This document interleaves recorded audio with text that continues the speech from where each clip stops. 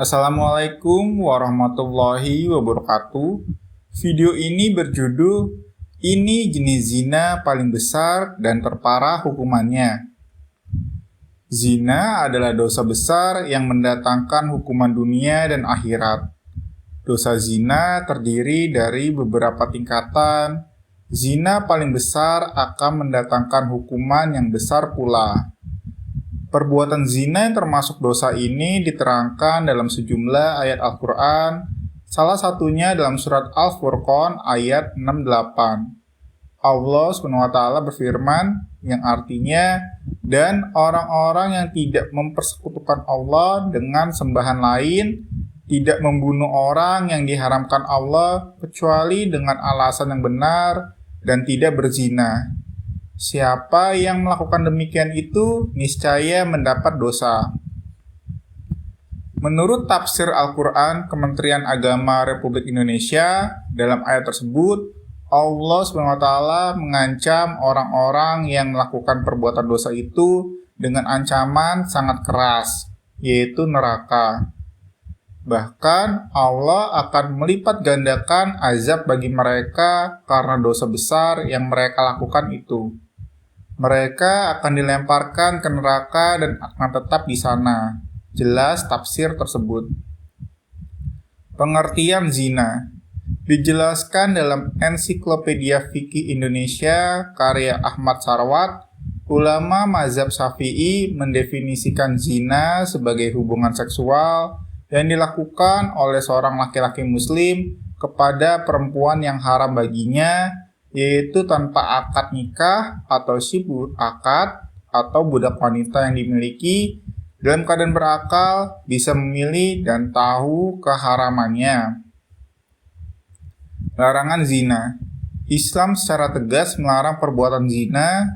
Allah SWT berfirman dalam surat Al-Isra ayat ke-32 yang artinya, "Janganlah kamu mendekati zina, sesungguhnya zina itu adalah perbuatan keji dan jalan terburuk."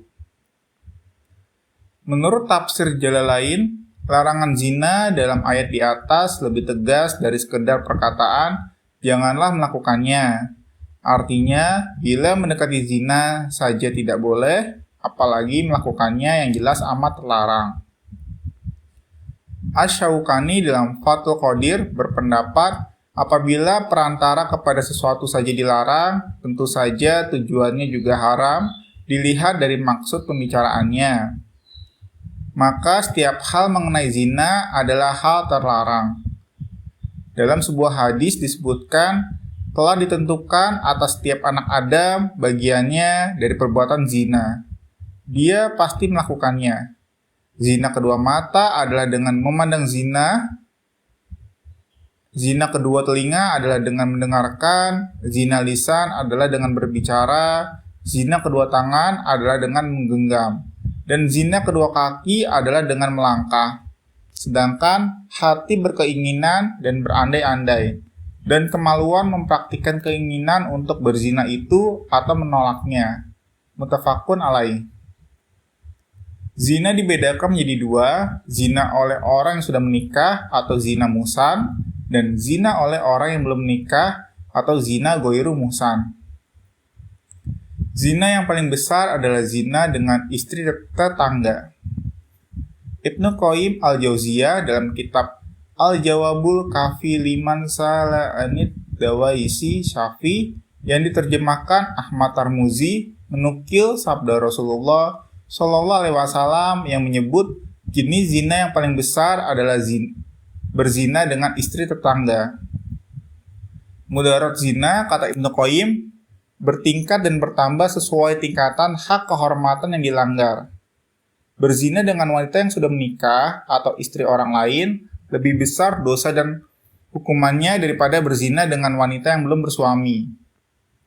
Berzina dengan perempuan yang bersuami lebih besar dosanya dan hukumannya daripada berzina dengan perempuan yang tidak bersuami karena dia menginjak kehormatan suaminya, merusak rumah tangganya, menggantungkan keturunan dengan tidak benar, dan lain-lainnya yang menyakitkan suami.